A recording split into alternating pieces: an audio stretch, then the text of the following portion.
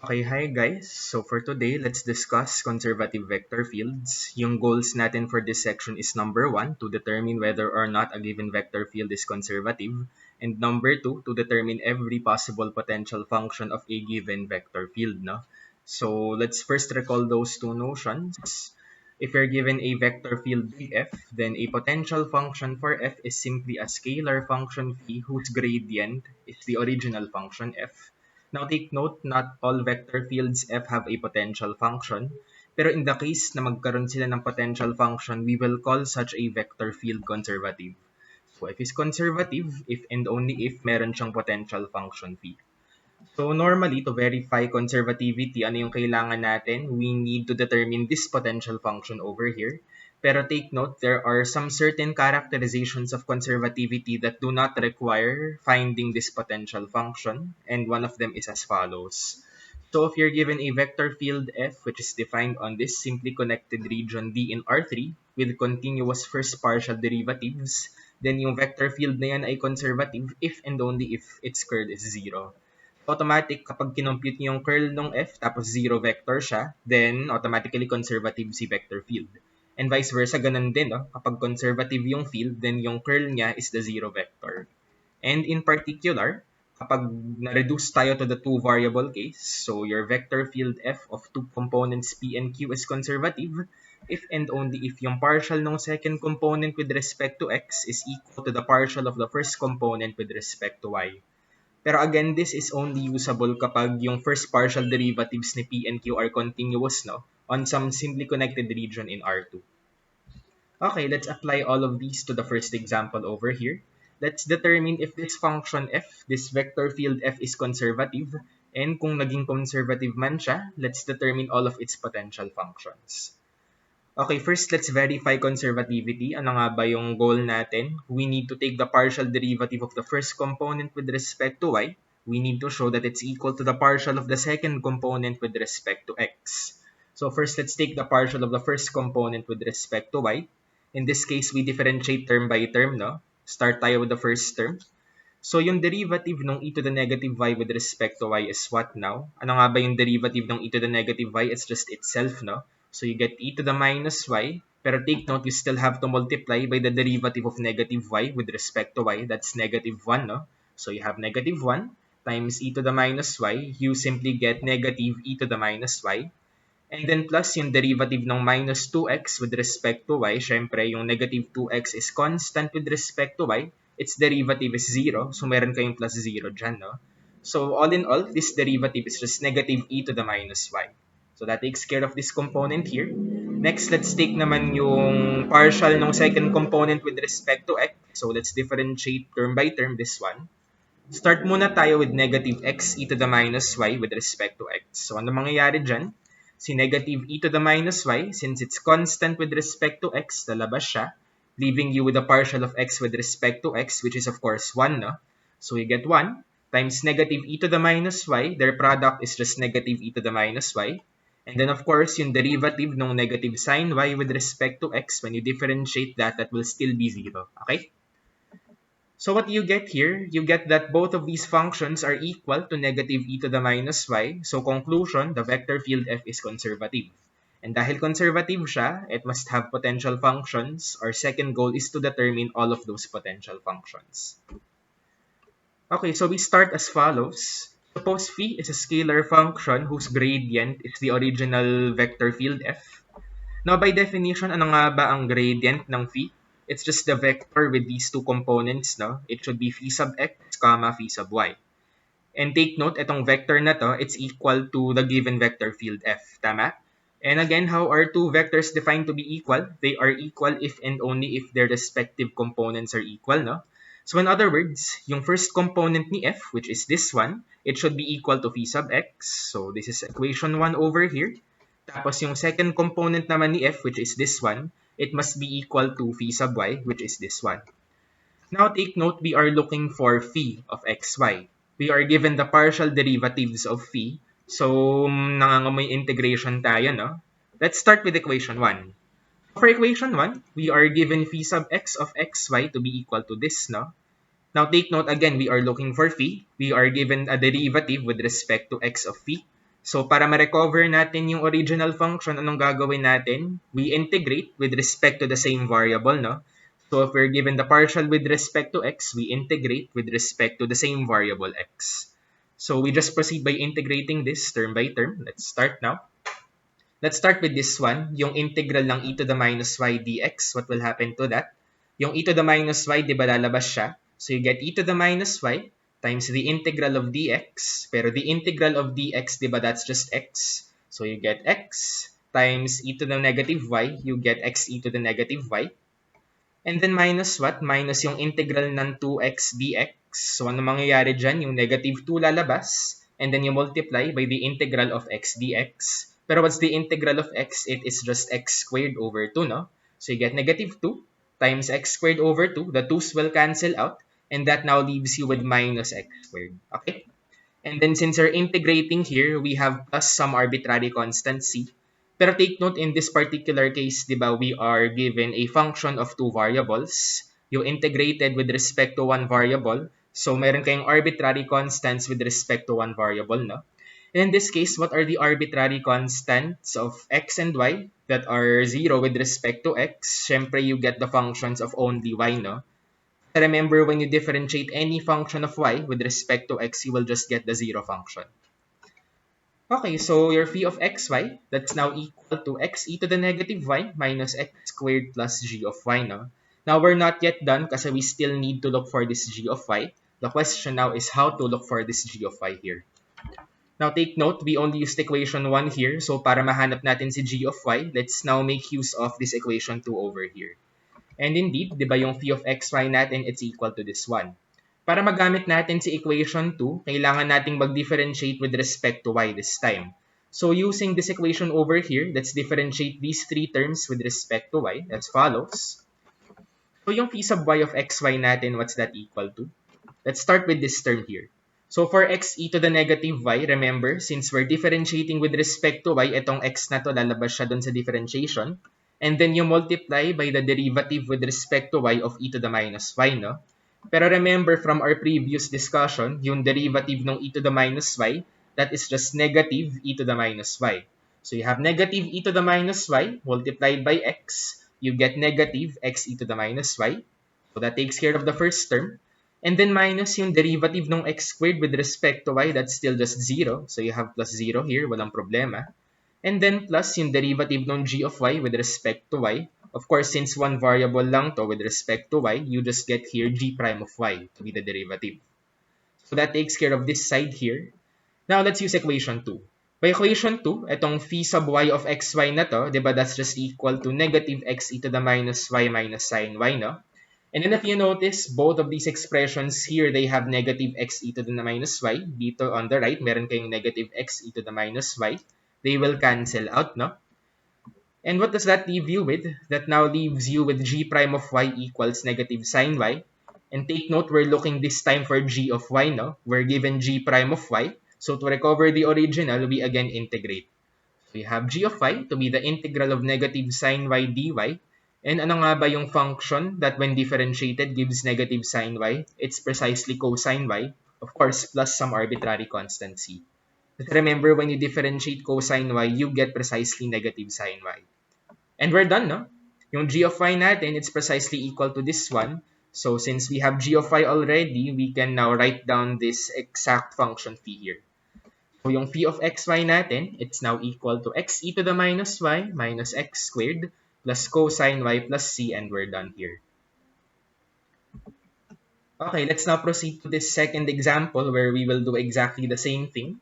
Let's determine again if this function f here is conservative, and let's determine all of its potential functions kung conservative man siya. So again, how do we determine kung conservative? We take yung partial nito with respect to y. We want to equate that to the partial of this with respect to x, no? Kung mag-equal sila, then all is well. Otherwise, hindi conservative. Okay? So let's start with the first component muna. Let's differentiate that with respect to y. So kung with respect to y, anong mangyayari dito sa first term natin? Si 1 all over square root of 1 minus x squared, lalabas siya dun sa differentiation. It's constant with respect to y. We have this factor here. And then you multiply that by what?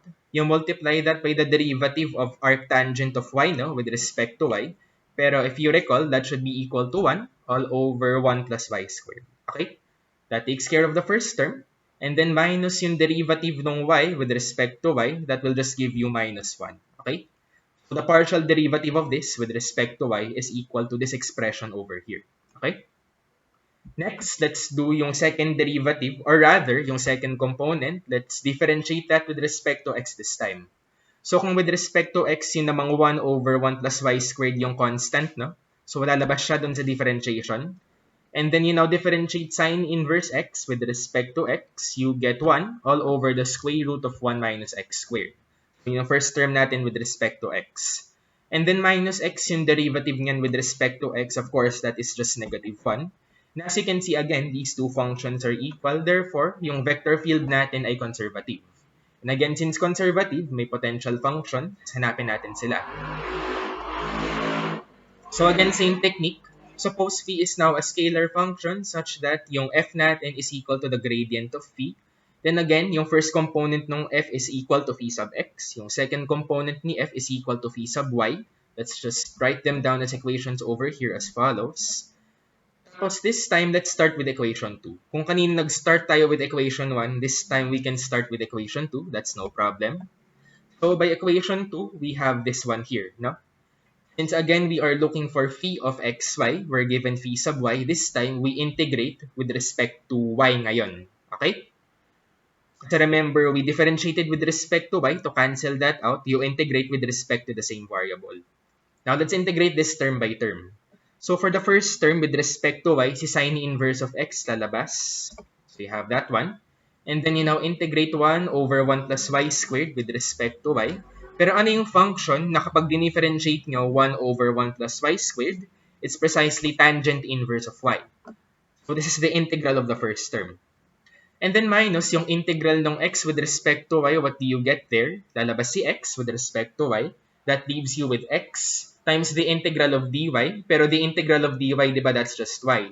So you have x times y, you get negative xy. Okay? So you have minus xy, and then plus what? Again, plus the arbitrary constant c. Pero this time with respect to y, what are your arbitrary constants? They are precisely functions of x. So this is now plus g of x. Again, this will act as your arbitrary constant of sorts. Okay, so we have a partial form of phi of xy. Yung phi of xy natin is equal to this, no? Yung goal na lang natin is to look for this function g of x. And to look for g of x, gamitin natin yung di pa natin nagagamit. Si equation 1 ngayon yung gamitin natin. Okay? So again, recall yung phi of xy natin is this one. We want to use equation 1. So i-differentiate natin tong buong to with respect to x this time. So kung with respect to x naman tayo, anong mangyayari? We want to differentiate this, no? With respect to x, let's differentiate term by term. For the first term, with respect to x, yung tangent inverse of y, lalabas yan. So you have tangent inverse of y times the derivative of sine inverse x with respect to x. You get 1 over the square root of 1 minus x squared.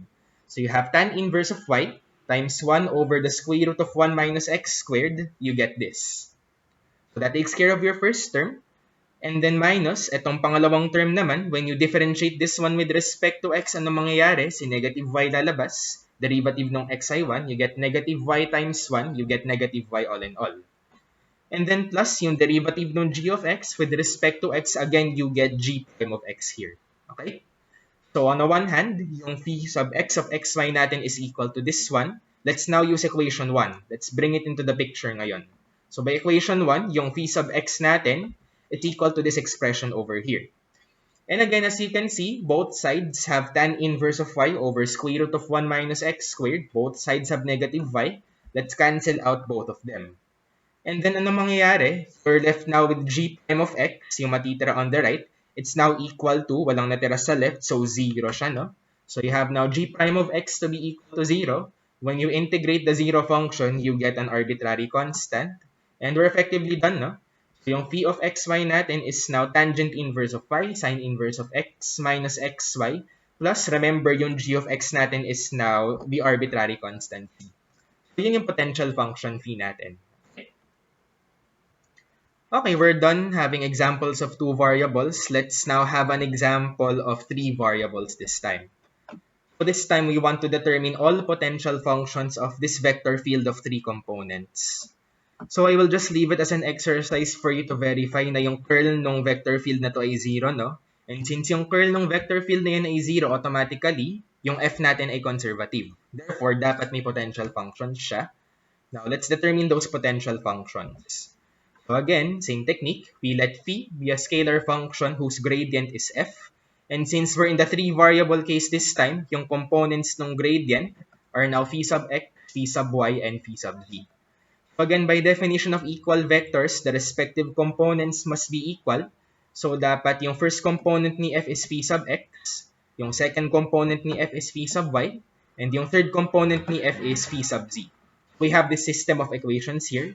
And again, we are looking for the original function phi, no? We're given the derivatives. So, let's start with equation 1. By equation 1, we're given phi sub x to be equal to this, no? And same technique, para ma-recover natin yung original, we integrate with respect to the same variable, no? So yung phi sub x natin is equal to this. So yung phi natin is the integral of this one with respect to x. And again, let's integrate this term by term. So for the first term, with respect to x, yung sin z lalabas, no? So you have sin z times yung integral ng e to the x, which is just itself, no? So you have e to the x times sin z, you get e to the x sin z. That takes care of the first term. And then plus yung second term naman with respect to x, yung 2yz, lalabas siya dun sa integral. So you have 2yz times integral ng dx, you just get x. So you have 2yz times x, you're left now with 2xyz. That takes care of those two terms. And then plus, ano yung arbitrary constant natin ngayon? Since we're given here a function of x, y, and z, ano yung constants natin with respect to x? They're precisely the functions of yung mga natitirang variables, no? So you have here plus g of yz ngayon. Kasi when you differentiate a function of only y and z with respect to x, you just get the zero function, of course. Okay, so yung phi of xyz natin is just equal to this one, no? Yung phi of xyz natin is this. Yung goal natin is now to look for g of yz this time. And how do you look for g of yz? Gamitin natin yung mga natitirang equations. And in this case, gamitin natin yung equation 2 this time. By equation 2, para magamit natin siya, we want to differentiate with respect to y. And indeed, we will do that. So kung with respect to y, yung first term natin, it is missing of the variable y. So its derivative is 0 with respect to y. And then yung second term naman natin, anong mangyayari? Yung 2xz lalabas, no? Kung with respect to y. And then multiply by the derivative of y, that's 1. So you get 2xz times 1, you just get 2xz here. And then plus, ano yung derivative ng g of yz with respect to y? It's precisely g sub y, no, of yz. So just take note of the notation here. Yung kanina, one variable lang siya, so prime notation yung ginagamit natin, no? So dito dapat subscript notation tayo kasi two variables tayo. So just keep in mind the notations here, okay? So yung phi sub y of xyz natin, on one hand, it's equal to this. Let's now use equation 2. By equation 2, it's equal to this. And again, if you notice, may mag-cancel ulit, si 2xz. And then what do you get here? You get g sub y of yz to be equal to 2y, no? And again, when you integrate with respect to y, what do you get? You get the integral of 2y, which is just y squared. And take note, yung mga constants natin ngayon with respect to y, since this is g of yz, meron tayong z dyan, yung arbitrary constant natin ngayon is h of z here. Okay? So yung phi of xyz natin is now equal to these two terms here plus yung g of yz natin, magiging y squared plus h of z na lang. So yung goal natin ngayon is to look for h of z. Itong h of z na to. And paano natin mahanap si h of z? Gamitin natin yung hindi pa natin nagagamit si equation 3. So for equation 3 to take place, dapat mag-differentiate tayo with phi sub z, no? So yung phi sub z natin dito, how do you differentiate with respect to z? Let's differentiate this term by term. For the first term, anong mangyayari? So kung with respect to z, yung e to the x, lalabas yan. And then times derivative ng sin z with respect to z, you just get cosine z, no? So you get e to the x times cosine z. You get, of course, e to the x cosine z. And then plus yung second term, when you differentiate with respect to z, si 2xy lalabas, derivative ng z ay 1. So you get plus 2xy. And then plus derivative ng y squared with respect to z, mag-zero out lang yan, no? and then plus derivative ng h of z with respect to z, that's precisely h prime of z. So yung phi sub z of xyz natin is equal to this expression on one hand, but on the other hand, kapag pinasok na natin sa equation 3, we get now this one. What do you notice here? On both sides, you have e to the x cosine z. They will cancel out. On both sides, you have 2xy. They will also cancel out. So you're left with h prime of z to be equal to 3z squared. And when you integrate with respect to z now, you get h of z to be equal to z cubed plus legit na constant c na to, no? So your h of z, that's now z cubed plus c. And finally, yung phi of xyz natin is now equal to this entire thing here. Yung h of z natin, you now replace that with z cubed plus c, and we're done here, no? So yung phi of xyz natin is just equal to this. Okay, so let's now move on to our last example of the day. We want to determine ngayon all potential functions of this vector field f of xyz equal to the vector with these three components ngayon. Okay, so same technique. Let's let phi be a scalar function whose gradient is f. Then, yung first component ng f natin is phi sub x. The second component is phi sub y. And the third component is phi sub z. So take note, yung sign ng third component natin is negative, no? Like, yung sign ng third component natin is negative. As with the given here, so negative dapat yan. And this time, let's start with equation 3. It doesn't really matter where you start. We can start with any equation we want. So in this case, let's start with equation 3. So according to equation 3, yung phi sub z natin is equal to this one, no? Para ma-recover natin si phi, anong gagawin natin? We integrate with respect to z this time.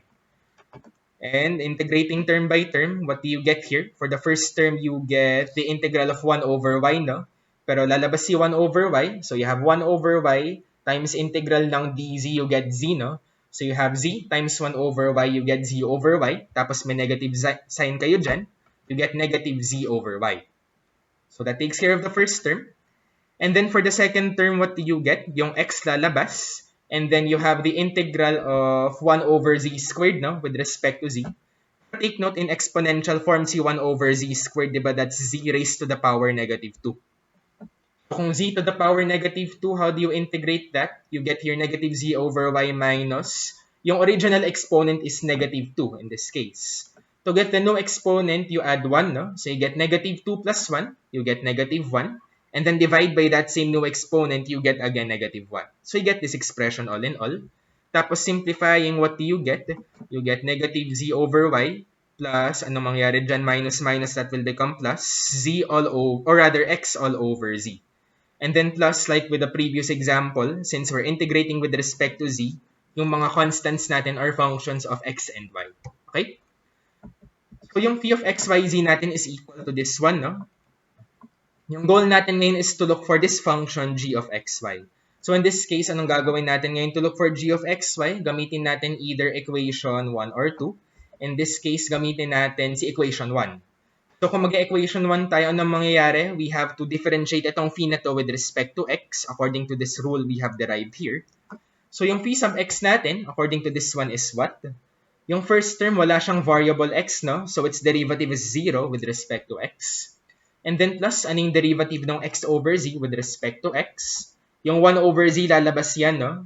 And then you multiply by the derivative of x, you get 1. So 1 times 1 over z, you get 1 over z again. And then plus derivative ng g of xy with respect to x, what is that? It is just g sub x of xy. Okay? Remember the subscript notation, no? Since two variables tayo. Okay? Now your phi of, or rather your phi sub x of xyz is equal to this. According to equation 1, yung phi sub x of xyz natin is equal to this. And as you can see again, may magka-cancel. Si 1 over z magka-cancel out. And then that leaves you with g sub x of xy to be equal to this one. And then since we are looking for the original function g, to recover that, we integrate now with respect to x. Okay? And again, same technique as before, lalabas cy. You're left with the integral of 1 over x squared dx. Its antiderivative will just be y over x. So just refer to our previous discussion here. And then plus what? Since we're integrating here with respect to x, yung arbitrary constants natin ngayon are functions of y. Okay? Kasi remember, this is just a function of two variables. Yung constants with respect to x is the remaining variable h of y. So your g of xy, it's now equal to y over x plus h of y. Therefore, yung p of xyz natin is now equal to this. And our only goal now is to look for this h of y here. So gamitin natin yung hindi pa natin nagagamit, si equation 2. So to make use of equation 2, we now differentiate here with respect to y. So kung with respect to y tayo, ano mangyari sa first term? Si negative z lalabas, and then you differentiate 1 over y with respect to y, that will just give you negative 1 over y squared. So you have negative 1 over y squared times negative z, you get z over y squared. So that takes care of the first one. And then plus yung x over z, walang variable y dyan, its derivative is just 0, so plus 0 yan. And then plus yung y over x natin, when you differentiate with respect to y this time, yung 1 over x lalabas, derivative ng y is 1. You have 1 over x times 1, you get 1 over x here. And then plus derivative ng h of y with respect to y, you get h prime of y here. So your phi of y is equal to this one, pero according to equation 2, your phi sub y is equal to this one as well. And as you can see, magka-cancel ulit si z over y squared on both sides and si 1 over x again on both sides. So what does that leave you with now? It now leaves you with h prime of y equal to 0. Pero when you integrate that, you get h of y to be equal to c. And we're done here, no? So your h of y is equal to c. And therefore, yung phi of xyz natin is now equal to this. So this will give you now all possible potential functions of phi. Okay, and that's it, no? So to reinforce your skills on determining potential functions even further, I suggest you answer the module exercises on conservative vector fields, no? So that's it. Thank you all for watching.